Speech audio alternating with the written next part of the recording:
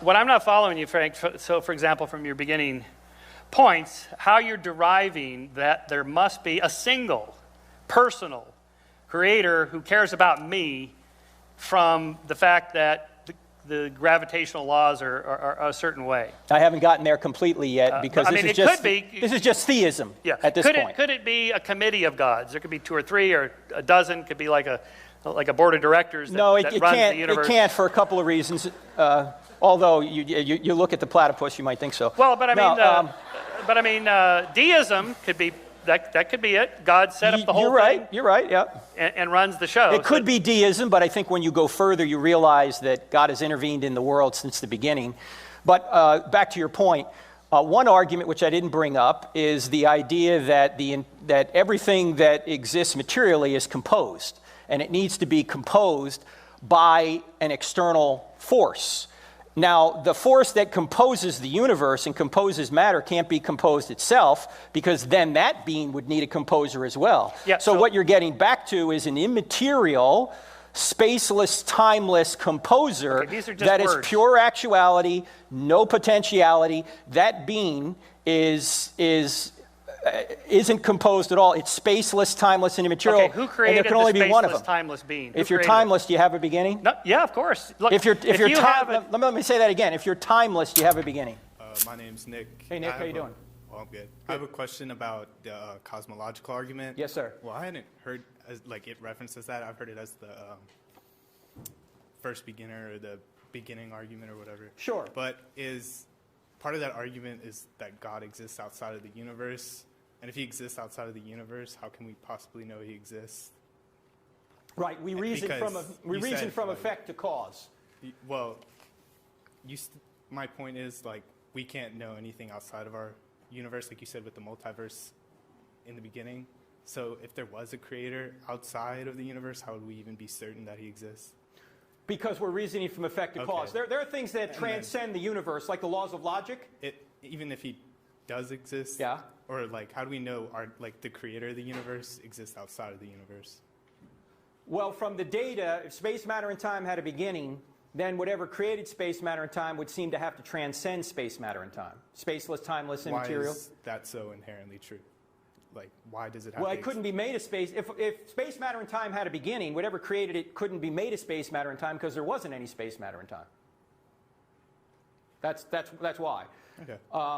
Also, really, the only way to know God in a robust way is if he reveals himself.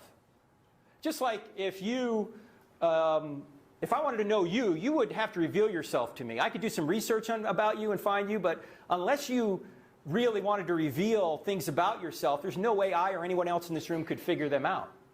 So we could say that there's a God out there, like a creator God, but we wouldn't know that much about him other than some of the attributes we already mentioned through this, what we call natural revelation, creation, and conscience. We would know that this being is spaceless, timeless, immaterial, is powerful, is personal, is moral because we have this moral law that is self-evident to us. But we wouldn't know some other things about him, like is he coming to save us?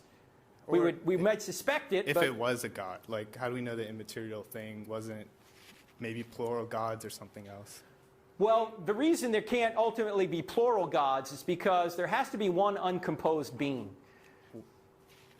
The reason is because everything that's composed is put together by a composer. Everything that's made of molecules is composed. It's put together by an external force, okay?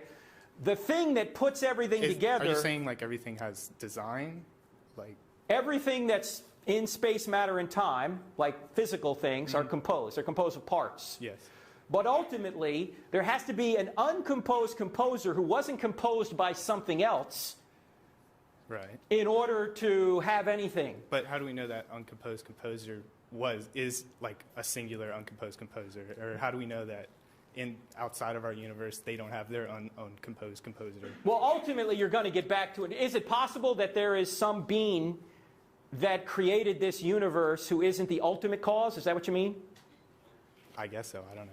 Yeah, well, it would seem if you philosophically work out the data that the best explanation using what we would call Occam's razor, that you don't necessitate You don't multiply causes beyond necessity. Well, that's still only logic in our universe. Like, if he is outside. Well, that's of what we're supposed to use. We're supposed to use logic. But now we're arguing like whether or not a single outside of our universe creator is truly the optimal one or like the most reasonable one when it's something we couldn't comprehend.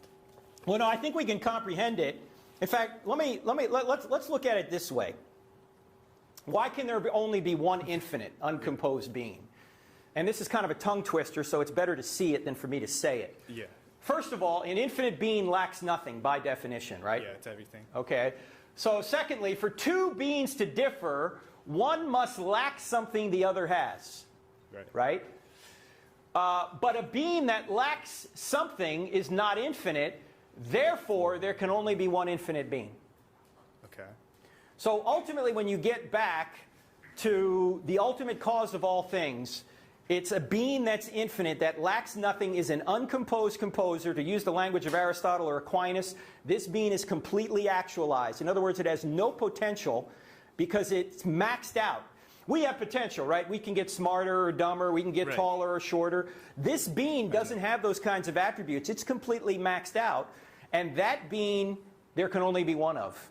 There can't be two infinite beings. Because if... Yeah, no, it makes sense. You're with me on that. Infinite is everything, yeah. Okay, so all right. There can be two everything. Right. So ultimately, you're going to get back to one spaceless, timeless, immaterial being. Now, who is that being?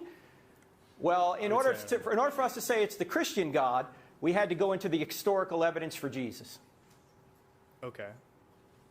Thanks. Otherwise, it could just be the God of the Old Testament or just some generic theistic God, maybe an unmoved mover or some kind. Yeah. Right. Okay, thank you. All right, thank you.